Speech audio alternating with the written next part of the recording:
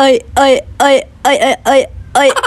Diyos ko mga Mars, eto na nga tuwan-tuwa ang bata. Paano? Dumating na yung order namin makuko na diaper. Tapos sabi niya, Mami, ako na magbubukas at magpo-promote. Paano? Sayang din ang affiliate dito sa TikTok. Pero in fairness, maganda ang packaging at mukhang maganda rin ang Prada. Kaya namang itong si Oy Oy Boy, magda-diaper na raw siya dahil tutulog na. O, diba? May pa-transition pa si Oy Oy Boy. Kala mo namang superhero. At tignan mo nga naman, may pagyakap pa. By the way, pang overnight nga pala tong 26 pieces na makuko diaper na to. Tsaka isa pa mga Mars, true to size rin. Hindi nyo na rin kailangan mag-alanganin dahil stretchable siya. Kaya naman ang maitry ko na mga Mars, ayan na nga, niready ko na yung tubig. Tsaka ko siya binuhos dito sa diaper. And Mars, hindi ko akalain na ganito yung mangyayari. Grabe Mars, na-absorb niya lahat at wala pang leak. Kaya naman para sa kasiguraduhan mga Mars, binuhos ko na lahat. Talagang kung titignan nyo kung overnight tong suot ni baby, talagang walang po problemahin. Pero syempre, pag na-feel nyo nabibigatan na si baby, pwede nyo na siyang itapon. At nang matapos na nga i-stretch ni Oy Oy Boy tong mga diaper, eto na nga, nakatulog na mga Mars. Sabi niya magpo-promote daw siya. Tinulugan lang ako.